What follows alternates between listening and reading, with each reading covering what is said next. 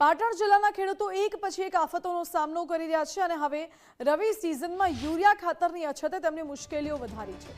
શિયાળાની શરૂઆતની સાથે જ ખેડૂતોએ મોંઘા ભાવે બિયારણ અને ખાતર ખરીદી એરંડા, બાજરી અને પશુઓના ઘાસચારાનું વાવેતર તો કર્યું, પરંતુ વાવેતર બાદ યુરિયા ખાતરની જરૂરિયાત ઊભી થતાં ખેડૂતો માર્કેટયાર્ડના ડેપો પર આવી રહ્યા છે। છેલ્લા એક સપ્તાહથી ખેડૂતો વહેલી સવારથી લાંબી કતારોમાં ઊભા રહે છે, પરંતુ પૂરતો સ્ટોક ન હોવાથી તેમને માત્ર 1 થી 2 બોરી યુરિયા ખાતર મળે છે, જ્યારે વીઘે 5 બોરીની જરૂર છે। ઘણા ખેડૂતો ભાડે વાહનો કરીને આવી રહ્યા છે, પરંતુ ખાલી હાથે પરત ફરવું પડે છે, જેનાથી તેમનો ખર્ચ પણ વ્યર્થ જાય છે। ગ્રામ્ય વિસ્તારોમાંથી આવતા ખેડૂતો કલાકો સુધી લાઇનમાં ઊભા રહે છે।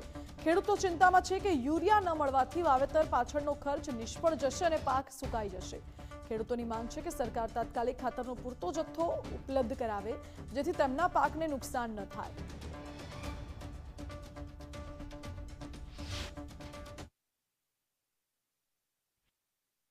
ખેડૂતો ગમે તો 2 જગ્યાએ ખાતર આવે તો એ લાઈનમાંથી કૂદી પછી અહીંયા આવો, પછી સિચ્યુએશન સચવાતી નથી, તો પછી ખાતર ના લઈએ તો હોબાળો થાય, એટલે પછી અમે પછી 3 આપતા હોય પણ જગ્યા પછી 2 આપીએ, એટલે ખેડૂત સચવાઈ રહે। એના માટે કશું વસ્તુ નહીં। 10 જોવે છે 1 મળે છે, કોઈ ફોર્મી હાલ બધું પીવા આવ્યું છે, છોડો પાવે તો શું કરવું કહો? અમારે કેટલા ટકા અત્યારે મળે છે? કાલે આવ્યા હતા, પાછા આજે પમદાડે મળ્યા હતા કે આટલે આવ્યા ને કે ખાતર થઈ રહ્યું છે, વગાથી સડેલા પાછા આવશે। સોમવારના દિવસે સવારે વહેલા ખેડૂતો લાઈનમાં લાગ્યા છે, એમને માત્ર ને માત્ર 5 ગાડી અને આજે સવારે 1 ગાડી આવી, તેમ છતાં દરેક ખેડૂતને માત્ર ને માત્ર 2 થેલીઓ આપવામાં આવે છે।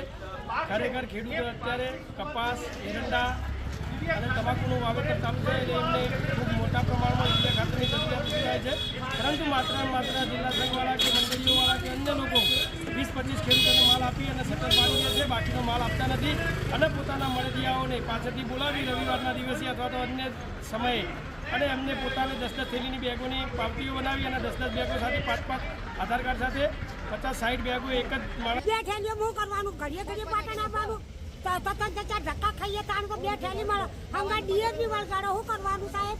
જો અમારે ખેતી જ કરવી નહીં સાહેબ, હવે કંટાળી ગયા અમે તો। કેટલા વાગ્યાના ઉભો માજી? અમે સવારના 7 વાગ્યાના, જો શું કરવાનું?